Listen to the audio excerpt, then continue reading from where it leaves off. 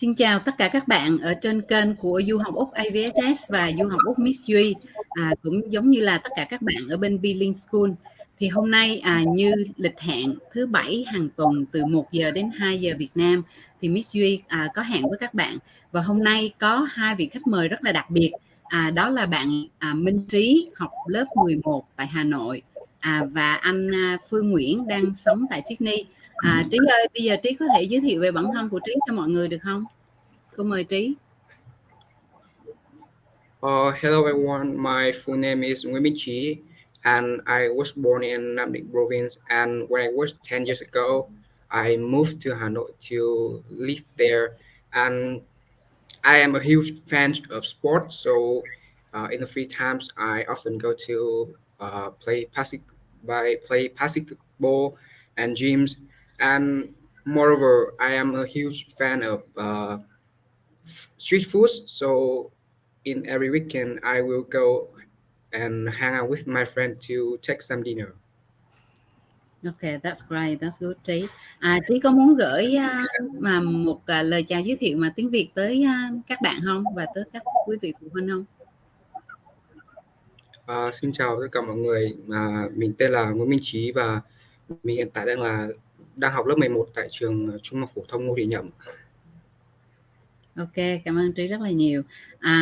Lý do mà hôm nay bạn Trí nói tiếng Anh đó là anh Phương đang sống ở Sydney thì anh Phương chỉ nói tiếng Anh thôi ha, thì đây cũng là một cái cơ hội rất là tốt để các bạn có thể hôm nay có thể giao lưu với anh Phương.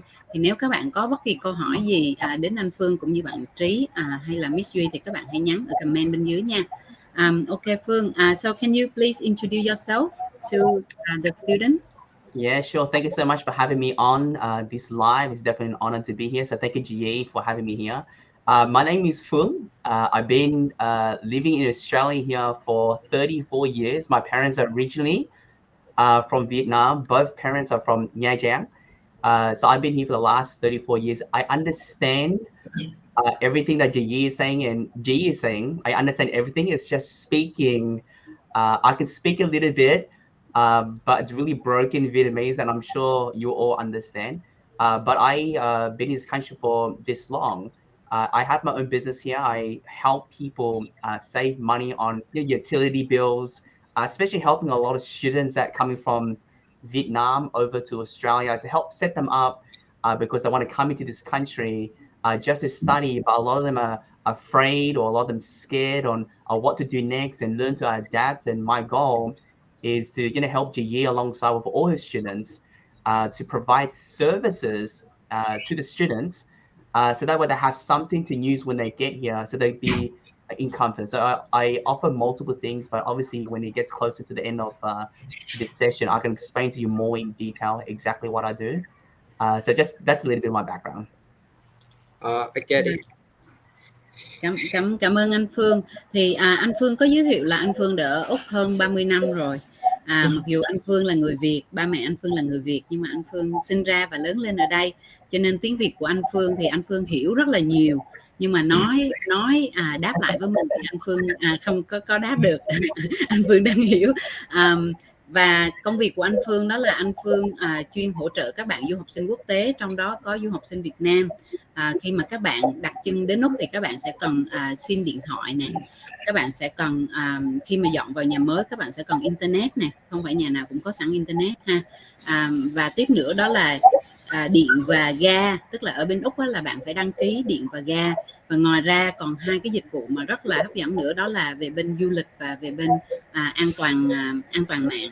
Thì xíu nữa anh Phương sẽ đi vào chi tiết hơn cho các bạn để có thể nói cho các bạn biết là những cái dịch vụ mà anh Phương hỗ trợ các bạn khi các bạn vừa đặt chân đến Úc, và nó có thể là giúp cho cái sự khởi đầu du học của các bạn thuận lợi nhất. Thì cái livestream hôm nay thì sẽ về chủ đề đó là thuê nhà tại Úc, tức là thuê nhà ở cái giai đoạn mà khi mà các bạn chuẩn bị đi qua Úc thì các bạn tìm cái loại hình nhà như thế nào. Thì hôm nay là cô sẽ giới thiệu cho các bạn về tất cả những loại hình nhà ở Úc ha. Thì loại thứ nhất dành cho những bạn mà dưới 18 tuổi thì các bạn có hai sự lựa chọn. Lựa chọn thứ nhất đó là ở với gia đình giám hộ, có nghĩa là ở với homestay. Thì với cái loại hình nhà này thì là bên các trung tâm tư vấn du học cũng giống như là bên cô sẽ phối hợp với trường để mà sắp xếp chỗ ở cho các bạn. Loại hình thứ hai đó là dành cho các bạn mà trên 17 tuổi và dưới 18 tuổi. Thì ở một số trường họ sẽ cho mình ở cái dạng như là student accommodation, tức là cái khu cái khu ký túc xá dành cho du học sinh, nhưng mà không phải do trường nằm ngay tại trường, có thể là nằm gần trường hoặc là nằm ngay tại trường ha. Thì đó là hai dạng cho những bạn dưới 18 tuổi. Còn với những bạn mà trên 18 tuổi thì là các bạn vẫn có thể ở được cái student accommodation, tức là ở ký túc xá. Chi phí của nó thì nó có thể là nó sẽ cao hơn ở ngoài một tí, nhưng mà nó rất là đảm bảo an toàn và cái chất lượng ở rất là cao. Cũng giống như là cái việc mà mình ở, mình có thể giao lưu với những bạn ở những nước khác khá là tốt, và mình có được cái trải nghiệm khi mà mình ở ký túc xá ha. Thì ngoài cái loại ở ký túc xá trên 18 tuổi thì ngoài ra các bạn còn có thể là tìm kiếm ở những cái công ty mà cho thuê nhà. Ví dụ như là bên Share My Room thì là bên cô có phối hợp với bên này để có thể là hỗ trợ các bạn ở nhà, hợp đồng chỉ có 3 tháng thôi. Thì thường ở Úc á, nếu mà mình đi mướn những nơi mà khá là uy tín và an toàn á, thì là hợp đồng hầu như của họ là 6 tháng tới 1 năm ha. Riêng chỗ này thì là 3 tháng thì khá là tốt. Có một số bạn thì sẽ muốn tự tìm nhà ở trên, ví dụ như là trên Facebook hay trên Gumtree hay là trên website flatmate.com. thì những cái website này nó sẽ có một số rủi ro, đó là khi mà các bạn đi tìm á, thì sẽ có những người mà họ tự cho thuê lại, hoặc là có những người mà người chủ nhà họ cho thuê, thì cái sự uy tín á, nó sẽ không có đảm bảo, và mình không biết là cái chất lượng nhà ở như thế nào, cũng giống như là những người ở cùng như thế nào. Cho nên với cái chủ đề hôm nay cô muốn chia sẻ với các bạn đó là nếu như mà mình có thể được á, thì mình hãy ở những nơi mà có liên kết với trường, hoặc là những cái công ty mà họ quản lý những người ở cùng, để mình có thể có một cái nơi ở an toàn và uy tín, và đảm bảo cho cái thời gian đầu khi mà mình tới Úc ha. Rồi sau đó khi mà mình qua đây mình ở rồi á, thì mình có thể là dọn ra ở ngoài rẻ hơn với cái mức mà phù hợp hơn, thì nó sẽ an toàn hơn cho các bạn, và ba mẹ cũng sẽ yên tâm hơn. Thì đó là cái phần mà cô chia sẻ về chỗ ở. Thì qua cái phần này thì Trí thấy như thế nào về phần chỗ ở Trí? Em thấy là cũng có khá là đa dạng những cái loại nhà mà em có thể lúc em sang đấy có thể thuê và có thể cân nhắc. Ok. Thì là ở bên Úc á, thì khi mà Trí qua thì là Trí sẽ muốn là ở những cái nơi mà con có thể trải nghiệm với những bạn du học sinh khác, hay là con muốn ở một mình, hay là con muốn ở với chủ nhà? Con muốn là ở với những bạn học sinh khác ạ. Bởi vì con sẽ có những người bạn cùng lứa với con, đúng không? Vâng ạ. Ok. Thì đó là sơ qua những cái loại hình nhà ở đây. Thì tiện đây cô cũng chia sẻ là tại vì có một số bạn á, thì là khi đi cũng sẽ rất là muốn tiết kiệm chi phí ở cho ba mẹ, nhưng thì các bạn sẽ tự tìm. Nhưng mà tự tìm như vậy á, nó có những cái rủi ro, là bởi vì sẽ có những bạn du học sinh cũng giống như con vậy đó, qua đây trước ha, rồi có thể là cho thuê lại, hoặc là có người mà họ thuê nhà đó rồi họ cho thuê lại, thì cái việc ở mà theo ý mình nó sẽ có thể là không mong muốn, bởi vì nhiều lúc con chưa qua đây, con chưa biết tình hình nhà cửa ở bên này như thế nào. Nếu như mà mình đi thuê như vậy thì khi mình qua mình đã lỡ đặt cọc rồi, và mình đã có những cái hợp đồng rồi, thì mình khó có thể dọn ra. Cho nên tôi nghĩ là để mà đảm bảo thì mình cứ thuê những cái nơi mà có thể giá nó nhỉnh hơn một chút, nhưng mà nó đảm bảo là cái nơi ở nó đàng hoàng, nó yên tâm và nó uy tín ha. Rồi về cái phần mà khi mà các bạn qua Úc á, thì là ngoài cái việc là thuê nhà, thì ngoài ra cái điều quan trọng nhất đó là bạn nào cũng muốn có SIM, số điện thoại, đúng không? Thì đi mua ở đâu, cái nhà cung cấp nào là tốt, và làm sao, đặc biệt là các bạn làm sao để có cái internet, cái data nó mạnh nhất và nó nhanh nhất mà mình có thể biết được. Thì có rất là nhiều bạn cần cái sự hỗ trợ này. Thì hôm nay trong cái livestream này có một vị khách mời rất là đặc biệt, đó là anh Phương Nguyễn từ Sydney. thì anh Phương sẽ chia sẻ về cái vấn đề này. Thì bây giờ Trí ơi, Trí có câu hỏi gì với anh Phương không? Có. Phương, so I have a question for you, and you can tell me some recommend and what service should you provide for Vietnamese students when they arrive in the Australia? Awesome. So here I offer multiple services here in Australia. GE, you want to translate or you want me to say the whole thing? You can do a bit more and then I will do it. Okay, cool, awesome. So here in Australia, I offer services, energy services, internet service, mobile services students. But any students that arrive in Australia, what I tend to do is organize mobile service to them first. That's the first thing that I offer for students just to help them out, because I know it doesn't matter which part of the world you live in, people cannot live without their phone. They need their phone straight away. So I do the best I can to get services like these SIM cards out to them as quickly as I can. And what I tend to do is I organize the service before they arrive into this country. That's the difference of what we do, because there's a lot of service provider here in Australia, like Vietnam.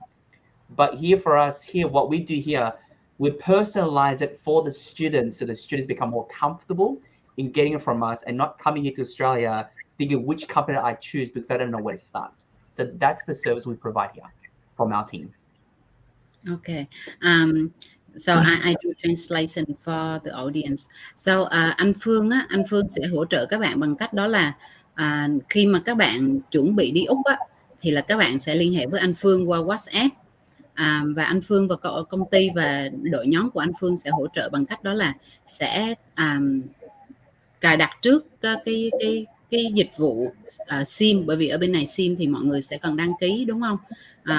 Thì anh Phương sẽ làm trước điều đó để khi mà cái ngày mà các bạn ở trên máy bay, anh Phương biết là ngày đó bạn đến, rồi bạn đến đây thì anh Phương sẽ cố gắng là có thể là gửi cái SIM đến cái nơi mà Trí ở ha, có thể là gửi bưu điện, hoặc là nếu mà anh Phương và những người đội nhóm họ có thể là khi mà em tới thì mọi người có thể đến gặp em, thì tùy em ở đâu nhưng mà sẽ có sẵn, và khi em đến thì em đã có cái SIM rồi sẽ hướng dẫn em qua điện thoại là làm sao để bỏ SIM vào, và vài tiếng đồng hồ sau là em có thể sử dụng được SIM, nó rất là thuận lợi.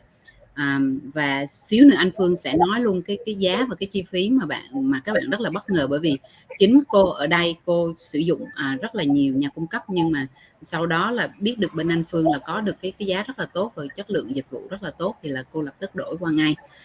Thì đó là những gì mà anh Phương hỗ trợ các bạn, tức là mình tới đây mình sẽ có SIM liền, bởi vì sẽ có một số bạn mất rất là nhiều thời gian để đi tìm kiếm SIM, và khi tìm kiếm rồi thì thấy là cái này mắc quá, phải dùng một thời gian sau đó mới đổi được, thì cái chi phí tiết kiệm của mình nó không được nhiều. Thì đó là những cái dịch vụ mà anh Phương hỗ trợ bên mình ha. Ok Phương, you can keep going. Yeah. So I have one more question for you, and are there any offer services that your company offers? Okay, so at the beginning stages, we obviously offer SIM cards first, so then they can get going. They can live anywhere in Australia. Obviously, GE will help them find accommodation where they want to live. And as students come here, they get used to where they live. And most of the time, the students will come here, they will be living with another student. That internet is already covered, electricity is already covered, gas is already covered. But I know from experience so far, because we have students coming already, that they live there for maybe 1 month, 2 months, and they get used to it, and they find their own home to rent out. And because of that, we also have ongoing service to provide for them. So we can set up the internet for them, which is important, because without no internet, they can't study at home, they can't do online Zooms at home, or they can't study online. So internet is very important. And we can also offer electricity and gas for them. And we provide all that as a service because, again, in Australia, in Vietnam, slightly bit different. We're just providing all the service they need. So they don't need to think so much. We just provide all that for them, for all the students that come here. And we have we have close to about 12 students already that I worked with already. And those tour students will all provide SIM cards for all of them. And I'm more than happy to organize video testimonies if you like. I can get all 12 to do a video recording of their testimony about the SIM cards and our service. I can provide all that. And all 12 student has it. And they'll all come back eventually and say, hey, Anh Phương, I'm moving to this house. I need the internet and also electricity and gas. Can you do that for me?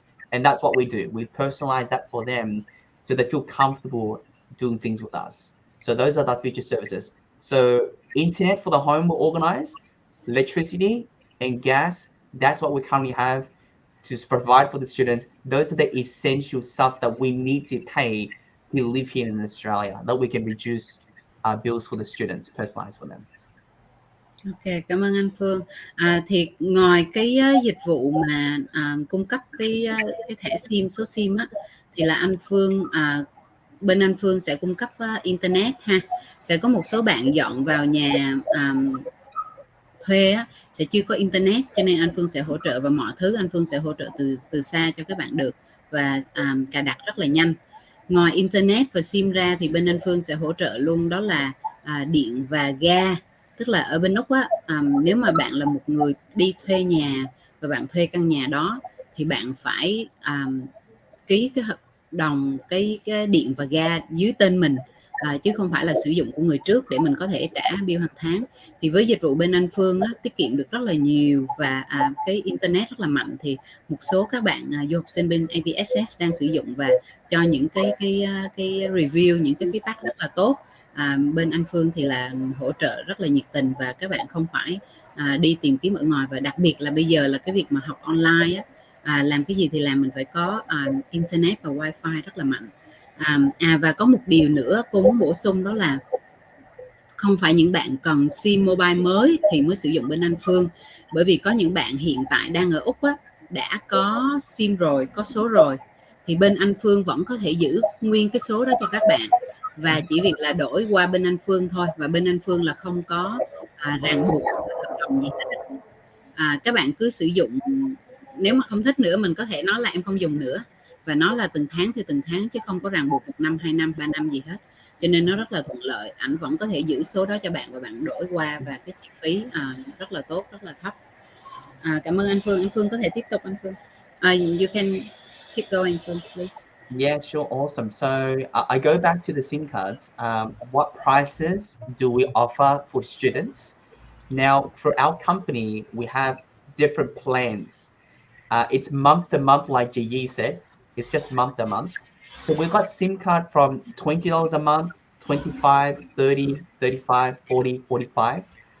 And all those plans are all unlimited calls. You can make unlimited calls. The difference with each plan is just the data they give you. Okay. And the SIM card I recommend that a lot of the students are getting is the $25 SIM card that gives you 20 gigabytes worth of data. I personally promote that one more. I personally know a lot of students use that one more. And from experience, I just recommend that because $25 is good.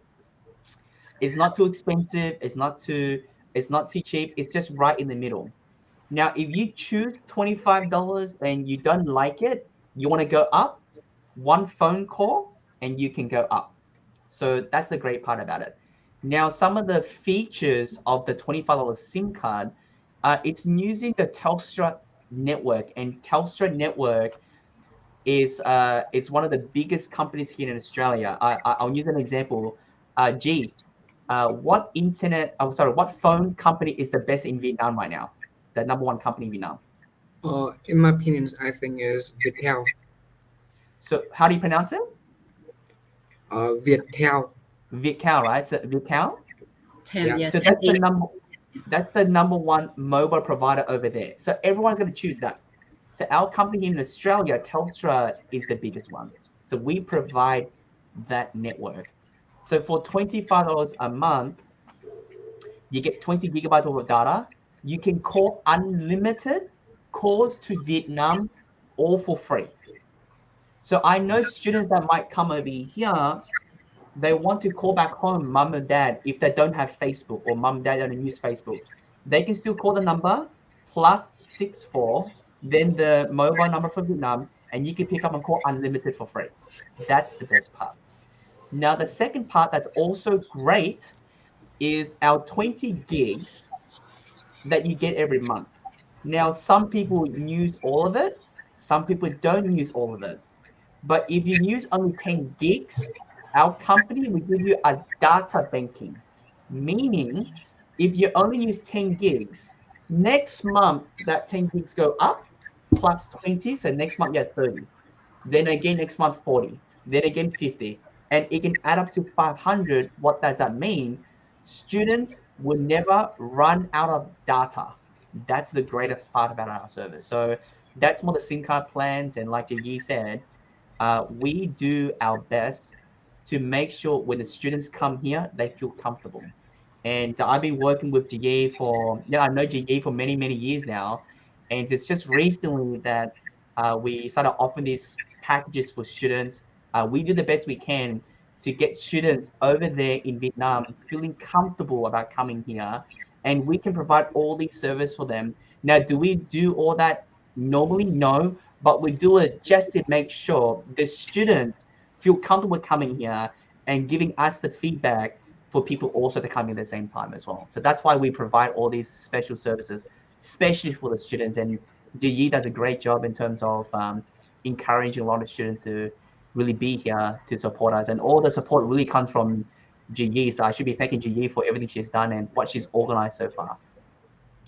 Thank you, Phương. Actually, I need to say thank you to you, and I'm lucky to know you, because if I give my student to you, it's just like I feel comfy, and I'm not have nothing to worry about it.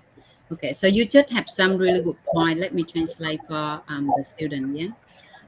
Anh Phương vừa mới nói những cái gói trong cái sim rất là hay mà cô không, nhiều lúc cô không có để ý, đó là khi mà các bạn dùng cái gói 25 đô một tháng á, tức là nó rất là đã rẻ rồi, bởi vì là lúc trước cô dùng ở bên những hãng khác 35 đô là cô đã thấy là thấp nhất rồi. Nhưng mà những cái nơi đó thứ nhất là có thể là không gọi về Việt Nam được nè, bởi vì có thể là nhiều lúc ba mẹ không dùng Zalo hay không dùng Facebook, hoặc là internet yếu ha, hoặc là các bạn muốn gọi về những cho ông bà đi, hoặc là mình có một việc gì rất là gấp, mình có thể là gọi cho một cái nơi nào đó làm giấy tờ ở Việt Nam, thì tất nhiên mình sẽ không có Zalo hay là Facebook để mình gọi cho họ, mình cần phải gọi số thường. Thì ở bên này được gọi về Việt Nam không có giới hạn, là cái thứ nhất ha. Cái thứ hai đó là lúc trước khi mà cô dùng cái gói mà ít nhất 35 đô á, nếu như mà dùng một tháng họ cho 10 gig đi, nếu mà mình bị vượt lên 10 gig thì sẽ bị tính thêm 10 đô, và nếu hết tháng đó thì cái 10 gig đó nó sẽ bị mất, chứ nó không có còn nữa. Nhưng mà điều đặc biệt ở những cái dịch vụ của bên công ty anh Phương đó là các bạn sẽ được cộng dùng mỗi tháng, không dùng thì nó vẫn còn ở đó, cho nên anh mới nói là dạng như là một cái data bank vậy đó, một cái ngân hàng data vậy đó, là được cộng dồn. Nếu mà các bạn có thể không dùng tháng này thì nó cứ cộng dồn vào tháng sau, và nếu những tháng sau mình dùng nhiều thì mình cứ dùng như vậy thôi, chứ nó không có bị tính thêm tiền như những nơi khác ha. Và cái điều mà bên cô rất là thấy yên tâm bên anh Phương đó là bên công ty anh Phương á, là một công ty rất là lớn, đã thành lập được hơn more than 16 years.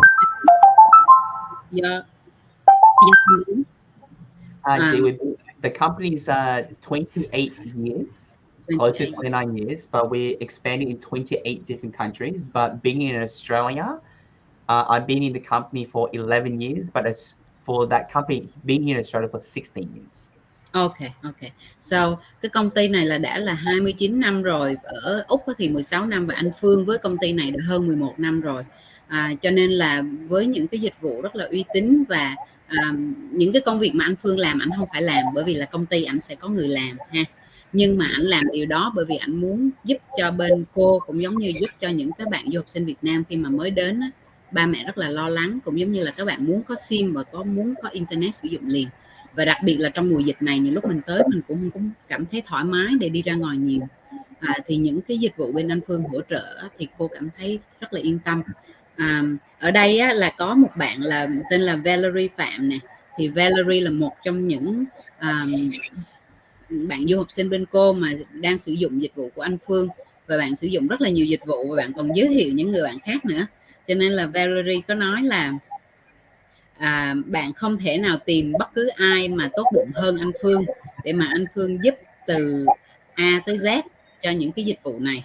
Đó là Valerie nói như vậy ha. Và ở đây còn rất là nhiều bạn, có thể là lần sau cô sẽ mời những bạn đó cùng với anh Phương để mà lên, các bạn có thể nói cho các bạn biết là anh Phương ảnh nhiệt tình như thế nào và làm cho mọi việc khi mà mình đến Úc nó rất là thoải mái và cảm thấy rất là trở nên rất là dễ dàng ha. Ok, yeah, I give it back to you, Phương. That's pretty much it. Unless you have something else you want to ask me, and I can answer the question for you. Yeah, I think maybe if you can, I think your other service is quite good. So I think it's good for the student to know, because I think when they hear, they don't really know much about the travel, Yeah. services and things like that. Yeah, so please go ahead. Well, that's the current services we have here so far for what we market or offer. But obviously, we offer a lot of things, and we have new services that will come in the near future to help students out. It might help them, might not help them, but we have a lot of services. But really, our number one goal is to anyone that comes to Australia, especially students, and for the parents that also listen to this later on, and maybe your kids will maybe translate to you later on. We want to make sure all the students that come here feel comfortable and confident in coming here to provide them all the services. And instead of me talking about our services, we want to you want to hear from students already been here that knows how how the students are feeling. So when they come in, feel comfortable, you want to hear it from them. But our job is to really help the students out, not just only services. I have a young student. He's only 19 years old. He's been here only for maybe 2 months. He's been here now. Yeah. His name is Cam. And I said to him, I gave him a mobile SIM card. I helped him out there. And because the service was so good, he referred me to his uncle, and I signed up his uncle's internet, electricity, and gas. I signed up all the services. But the one thing I said to Cam, Cam, you can come here. You're 19 years old. I want to encourage him to adapt to living in Australia. I want to encourage him so he can feel comfortable being in Australia, because living in Australia could be challenging if you don't think different. And I said to him, Cam, anything you need, you can always call me. I don't. That's not my job to do that, but I treat as if he was my own student. And but I don't treat him my student. I just treat him as my little brother. So I said, hey, anything you need, you call me. I can help you out. I want him to make you comfortable because of that, because I know living here in Australia, how great an opportunity it is to live here. And sometimes when I live in Australia, it's a great opportunity. I take it for granted sometimes because I live here. But when I went back to Vietnam, I know how people live and how lifestyle is there. I appreciate more being here, living in Australia. But I have a lot of respect for a lot of students that come here to Australia, because there's a massive opportunity for you, provided you have someone to support you along the way. Number one, with education. Number two, with accommodation. If you have that all sorted, then you're great here. Because the other extra service that our company has that's about to launch in April, it's in travel space. Now, the travel industry. Now, I know a lot of people are not familiar with that travel industry. I'll be honest. I'm not very familiar with that industry, but what I do know, Australia right now, we've been locked out from the rest of the world for almost 2 years, meaning people can't go out, people can't come in. So there's a lot of travel companies have dropped income because people can't travel. Now, this year, border open up, anyone can come in, anyone can come out. So people today want to book flights and accommodation to get out of this country.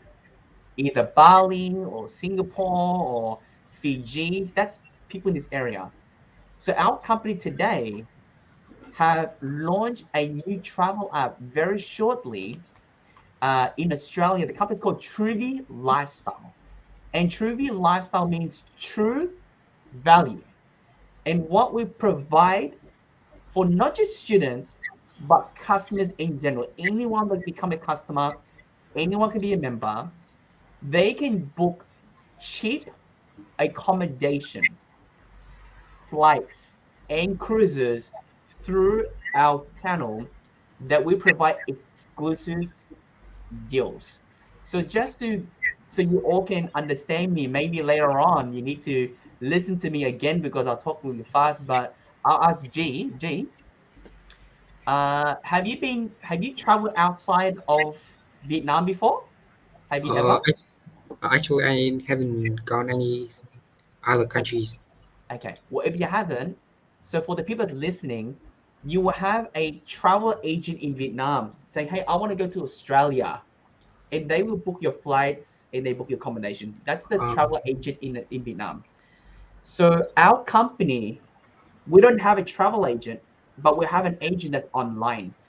Because it's online, we don't need to pay for rent. We don't need to pay for accommodation. We don't need to pay for nothing. Because of that, our hotel accommodation and flights are cheaper and more competitive for students that maybe came here and living here for some time. Maybe they want to fly to Bali. I don't know. We can give them more exclusive prices on accommodations and flights and cruises. So that's the future is coming. That's a service that's coming in April. But again, we have a lot more services that will be coming this year that I can explain to all of you later on if you want to be part of that. But that's something we could discuss later on. Ok, cảm ơn anh Phương. Bây giờ cô sẽ dịch sơ những phần anh Phương vừa mới nói ha. Đó là cái dịch vụ mới bên anh Phương nữa, đó là nó liên quan tới du lịch. Thì là Úc đã bị đóng cửa 2 năm, cho nên là người Úc thì không có đi du lịch ra khỏi Úc được, cũng giống như là ở bên ngoài những người khách du lịch chưa có vào được. Thì bây giờ năm này Úc đã mở cửa, thì đây chính là một cái cơ hội rất là lớn để cho những bạn, có thể là những bạn du học sinh Việt Nam rất là ít khi đi du lịch khi mà ở Úc, nhưng mà cũng có một số bạn mà đi làm dành dụm được ở đây, thì khi mà đã đi ra nước ngoài rồi thì các bạn luôn luôn muốn có cơ hội là đi những nước khác. Thì là bên anh Phương sẽ hỗ trợ những cái dịch vụ về du lịch. Ví dụ như ở Việt Nam mình thì mình có đại lý du lịch, đúng không, mình ra đó họ làm mọi thứ cho mình. Nhưng mà ở bên này thì là hầu hết sẽ là online, và mình tự book chỗ ở này, rồi vé đi du lịch hay là tour. Nhiều lúc mình không có, nếu mà tiếng Anh của mình không có đọc được chi tiết hoặc là những cái điều lệ quy định của họ, thì cái việc mà nhiều lúc có cái gì đó mình có thể muốn hoàn trả hoặc như thế nào đó hay là thay đổi thì nó rất là vất vả. Cho nên bên anh Phương có cái dịch vụ về bên du lịch như vậy thì nó rất là tiện cho mình, cũng giống như là hoặc là ba mẹ sẽ đi qua đây sau đó sẽ đi du lịch cùng mình ha. Thì không những là các bạn du học sinh Việt Nam, mà tất cả những người Việt Nam ở đây vẫn có thể sử dụng được những cái dịch vụ bên anh Phương. Và tiện đây anh Phương cũng có chia sẻ luôn, đó là một bạn tên là Duy Khang, mới qua Úc được 2 tháng thôi, có 19-20 tuổi thôi, rất là trẻ. Thì là bạn có sử dụng dịch vụ của anh Phương, đó là dùng sim.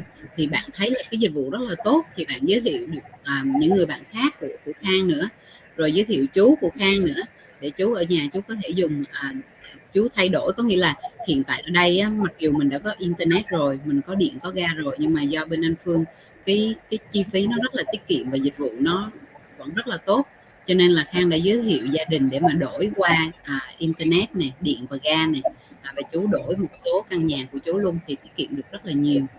Bởi vì những cái chi phí này là những chi phí hàng tháng. Cho nên là khi mà anh Phương gặp được Khang hay tất cả những cái bạn du học sinh khác, thì anh Phương cảm thấy là những bạn mà đã đi qua được tới Úc rồi là mình là những người rất là may mắn và có được nhiều cơ hội hơn những người khác. Cho nên anh Phương là người Việt, cho nên anh Phương cảm thấy là anh Phương rất là muốn cho đi và có thể là hỗ trợ các bạn hết mức có thể. Mặc dù cái công việc của anh Phương ở công ty anh Phương không phải làm điều đó, bởi vì công ty sẽ có người hỗ trợ các bạn, nhưng mà anh Phương làm điều đó bởi vì là mình cùng là người Việt Nam với nhau, đúng không anh Phương? Và anh Phương sẽ hỗ trợ các bạn hết mức có thể, mặc dù là anh Phương luôn nói với cô là các bạn nếu mà cần gì cứ gọi cho anh Phương, chứ không nhất thiết là phải liên quan tới dịch vụ của anh Phương đâu. Thì cái điều đó làm cho cô cảm thấy là anh Phương làm việc rất là có tâm, làm việc vì các bạn, vì khách hàng, chứ không phải là vì bạn sử dụng dịch vụ của anh Phương thì anh Phương mới hỗ trợ bạn. Thì cái điều đó cô thấy rất là yên tâm. Okay, Phương, would you like to have any other sharing about your service before you can ask 3 questions? Well, that's pretty much it. That's the main services that we can talk about, and obviously, if there are students that do want to come over to Australia, once you decide to want to come, then we can spend more time personally to talk to you and get you comfortable with coming here. But instead of giving you so much information, we'd rather keep it as short and as simple as it can to help you decide if you want to come over here. I can tell you, once you come here, you don't want to go back home, that's for sure. But that's pretty much all about my services. So I'm gonna use this time now to ask G some questions. Been told Okay. to ask him anything, so I won't be too hard on that. And since a lot of the audience now that's on this live, that's watching live right now, most of you are from probably Vietnam that's watching in. And I know that also been parents also be watching this later on. So I thought, what questions can I ask G so then he can talk in English to all of you here, but at the same time make this call a call for all of you to remember. So G, I know you understand me quite well. I know you do because I can see that you're responding to me. The question I want to ask you was, um, uh, why do you want to come to Australia? What's the main reason why you want to come to Australia?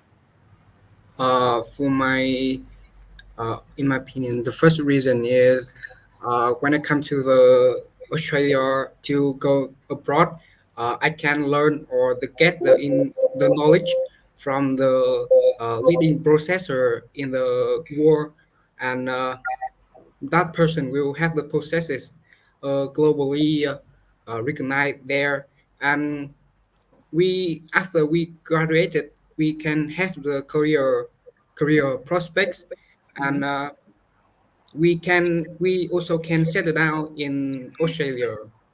Awesome. And Awesome. the second is uh, I think it is a safe, friendly, and livable country. Yeah. And as far as I know, Australia is had 7 cities that was the most security in the world. Hmm. If my memory serves me right, there are Sydney, Melbourne, or Canberra. Wow. So Yeah. you did a lot of research because everything you said was 100%. Thank you. Awesome. Now you answered that quite well. The second question I want to ask you, I think this question would be great for a lot of people that's watching in, and I work with a lot of people, and I know what stopped people from doing certain things, and I know if I was in your shoe, if I was in a student's shoe that's watching this right now, the first question that will be going through my mind is I'm scared to go there to Australia alone. I don't know where to start. I don't know a lot of people. They feel scared, doesn't want to come. Now you're 19 years old. Not 19 yet. No, you're 17, right? Sorry, how old are Yeah, you? I'm 16. 60, You're 16. 16. 16 years old. Okay. So there's a lot more students older than you, but are afraid and scared. But you are 16 years old. How do you find the comfort to come here by yourself as a student? How do you find that drive to want to come here? Uh, Because it will actually, be hard, but when you want to do it. It's good, but can you answer that? when I in the future I will go to Australia to go abroad.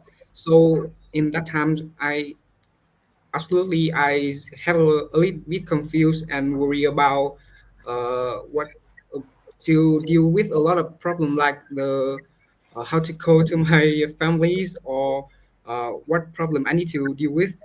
And so I think it's a challenge for me to overcome, and Awesome.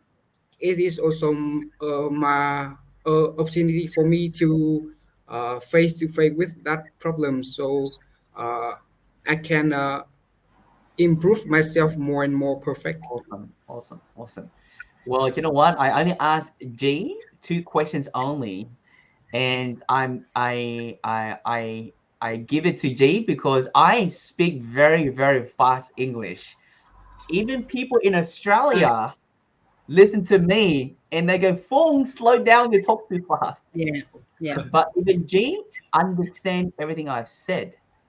And from his response, I think everyone here should really listen to his response. If you don't understand him, get someone to interpret what he said. And what he said was, yes, he will be scared to come here. Yes, he will have fear come here. But it's an opportunity for him to come here, stretch and learn something new. Because when he stretches himself, that's how he becomes better and stronger from there. So I think that's a powerful answer. Thank you so much for that. And Jia, hopefully I covered what I needed to cover today on this session. Hopefully I gained some value for tonight. I mean, for this afternoon session, especially in Vietnam. I'm glad to be on here. Thank you so much for having me, and I'll pass the call back to you, Jay. Okay. Thank you, anh Phương. Thank you. And thank you, Trí. Well done. So you passed the challenge from anh Phương. And I agree. Anh Phương speak really, really fast. Like every time I connect my student with anh Phương, I say, anh Phương, please speak like slow down, you know. My student cannot understand you, and because seeing your name is Phương, they think that you can speak Vietnamese. But actually, anh Phương can understand everything you say, but he cannot respond. That's all. Yeah, so today Trí got a lot of fan here, anh Phương. A lot of people have like different comment, and Trí so handsome. Trí speak English really good. So every time I put the comment on, I can see that Trí have a good smile, you know. Đây, There are my friends. bạn của Trí chọc Trí nè, rất là nhiều tương tác trên đây. Cảm ơn những người bạn của Trí rất là nhiều nha. Và ở đây á, thì tiếng Anh của Trí bây giờ đã là IELTS 6 chấm rồi, và mục tiêu của bạn sẽ là 7 chấm. Và bạn đã học bên Bilingual School ở bên cô Jenny Phạm từ năm lớp 4, đúng không Trí? Và bây giờ bạn học lớp 11, có nghĩa là bạn theo bên trung tâm đã 7 năm rồi. Thì trung tâm bên cô Jenny phải như thế nào đó thì những người học sinh của bên cô rất là yêu quý trung tâm và là luôn ở với trung tâm đến khi bạn đạt được cái mục tiêu IELTS thì thôi. Và trong đây cũng có như Vi nè, Vi cũng là bên học sinh của AVSS. Một số bạn ở đây cũng là những người bạn học cùng lớp với Trí, phải không Trí? Những bạn mà vào comment đó, chọc cho Trí cười nhiều quá thì các bạn nói Trí cười nhiều quá, đừng cười nữa. Rất là dễ thương.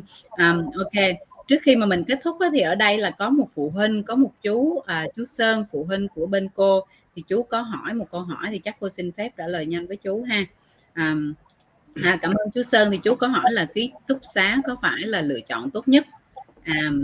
Thì là hiện tại thì kế hoạch của chú Sơn là chú Sơn sẽ cho con chú qua Sydney đi du học nha anh Phương.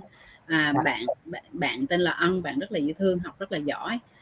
Và chú cũng rất là giỏi tiếng Anh, mặc dù chú trên 70 tuổi rồi, tiếng Anh của chú rất là giỏi, và chú tìm hiểu những cái khóa học về giáo dục cho con gái của chú. Rất là hay, và chú rất là nhiệt tình. Thì chú là một trong những phụ huynh ở bên Duy, rất là quý chú. Thì con xin phép trả lời chú, đó là ký túc xá đúng là một cái lựa chọn tốt nhất chú, bởi vì ở trong môi trường này thì dưới sự quản lý của trường, và các bạn cũng có được những cái trải nghiệm, đó là khi mà các bạn sống cùng với những bạn du học sinh những nước khác, mình sẽ có những cái tương tác rất là tốt. Môi trường ở cho tới môi trường học tập cũng giống như là ăn uống rất là tốt. Cho nên sẽ có một số bạn lựa chọn là cái chi phí nó sẽ hơi cao, nhưng mà thật sự là you get what you pay, tiền nào của đó, đúng không? Mọi người hay nói tiền nào của đó, là nó thật sự là rất là đúng. Thì nếu như mà ban đầu, đặc biệt là em chưa đủ 18 tuổi, hoặc là những bạn ở nước khác á, mặc dù đủ 18 tuổi rồi các bạn vẫn ở ký túc xá, bởi vì rất là yên tâm, ba mẹ chỉ việc đăng ký cho con các bạn ở trong đó rồi ở 1 năm ít nhất đi, bởi vì ký túc xá này họ quy định là ít nhất phải ở 1 năm thì mới được dọn ra. Thì mình cứ ở 1 năm mình có được một cái nơi an toàn và ba mẹ cũng yên tâm. Thì trong 1 năm đầu tiên đó mình có thể dành thời gian để trải nghiệm hơn là phải vất vả đi tìm nhà, hoặc là có những cái tình huống không mong muốn xảy ra, ví dụ như ở không thích rồi đổ chỗ này đổ chỗ kia rất là vất vả. Thì đúng, ký túc xá là lựa chọn tốt nhất nha chú Sơn. Rồi con cảm ơn chú. Okay, so again, it's really lucky for me that I have you as a a friend, and also you also can help my student like really well, and you treat my student just like your student, like your friend, your family, so really appreciate that. Trước khi mà mình kết thúc buổi livestream hôm nay á ha, thì là cô sẽ muốn hỏi Trí. Dạ con cảm ơn chú Sơn. Cô muốn hỏi Trí đó là Trí có muốn nhắn nhủ điều gì đến cho các bạn coi livestream hôm nay không, trước khi mình kết thúc? Sau khi nghe những chia sẻ của cô Duy và anh Phương thì em đã cảm thấy là có hơn những động lực để cố gắng học tập để sau này có thể sang du học bên Úc và phát triển bản thân mình ạ. Ok, hay quá. Và đặc biệt là gặp cô và anh Phương đúng không? Vâng ạ. Ok, cảm ơn Trí rất là nhiều. Và có một điều nữa cô muốn con có muốn nhắn nhủ gì tới các bạn về cái việc mà chuẩn bị cái hành trang đi du học, đó là việc học Anh văn không? Ví dụ như tiếng Anh thì mình nên học sớm hay là học trễ, hay là để đi du học rồi mới học? Con muốn nhắn nhủ điều gì không? Theo ý kiến cá nhân của con thì là hiện tại là vì do xã hội phát triển rất nhanh nên là việc chúng ta học tiếng Anh từ sớm thì cũng là một lợi thế rất lớn dành cho bọn con ạ.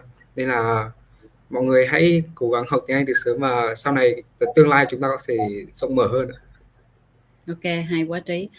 Có nghĩa là nếu như mà có cái vốn tiếng Anh thì các bạn đi bất cứ nơi nào các bạn sẽ cảm thấy rất là tự tin, đúng không? Cho dù mình không tự tin đi nữa, con vẫn cảm thấy tự tin bởi vì con có thể nói được tiếng Anh khi mà con đi qua đây. Ok, Phương, would you like to say something to the student and parent before we end? Yeah, students and okay. So I think for all the parents that are listening right now and all the future students that want to come here in Australia to be part of this program and to study here in Australia, all I can say to, especially for the parents, if your child comes to Australia for at least 1 year or 2 years, they won't be the same child again because they will grow dramatically. Their language will change dramatically. The English will also be better at the same time. And I think coming here to Australia is a great opportunity, especially because it's a great country like G has mentioned. You get everything here, but the education here is also great, but it's an opportunity for you to learn. And if that is you and you want to come here and learn, you want to challenge yourself and speak English much more and get better, I recommend you, if you do come here, I recommend you, and this is from everyone that comes to me, not just Vietnamese students. I work with a lot of Nepalese students. I work with a lot of Indonesian students. And this is what I say to all students. If you decide to want to come here, if you come to Australia, you come here because you're getting uncomfortable. Don't get comfortable coming here in Australia to just only hang around Vietnamese friends. Because if you just hang around Vietnamese friends, you will just speak Vietnamese. If you come here in Australia, make sure you make friends with someone that's not Vietnamese. Why? It forces you to speak English. And you listen to people how they speak, eventually their language becomes better. And I say that to all of you here because I want you to get better. I want you to be sharper. I want you to sharpen your skills.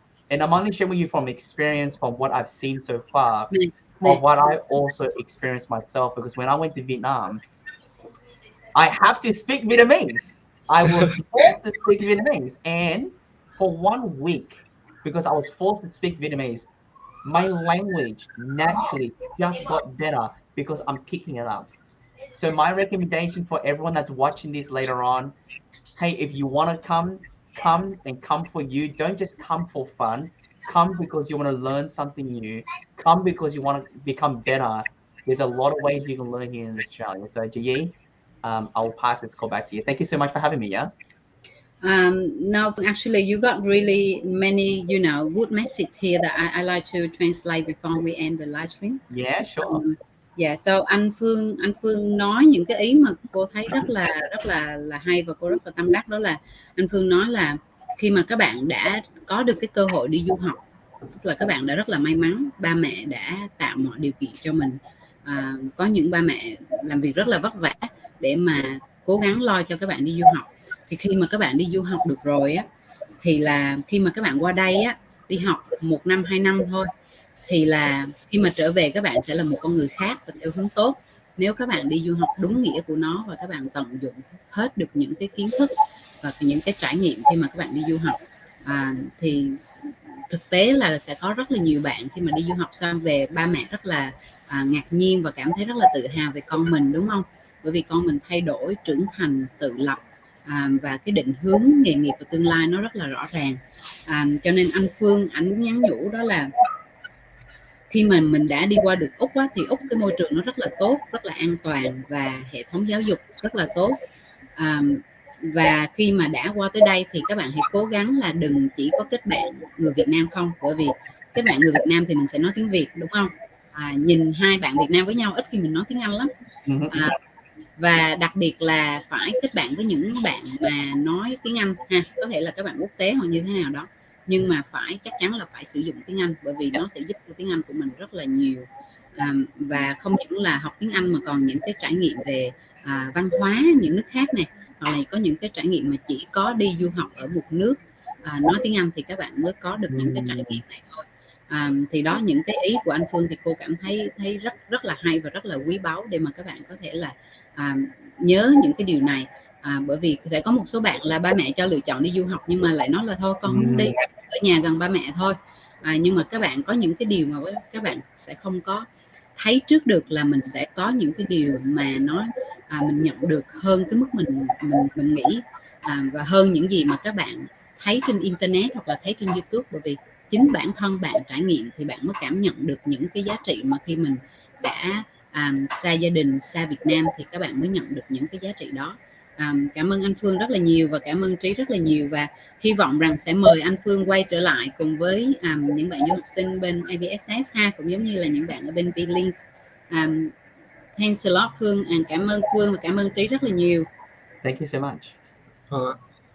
Rồi, cảm ơn Trí và xin chào tất cả các bạn.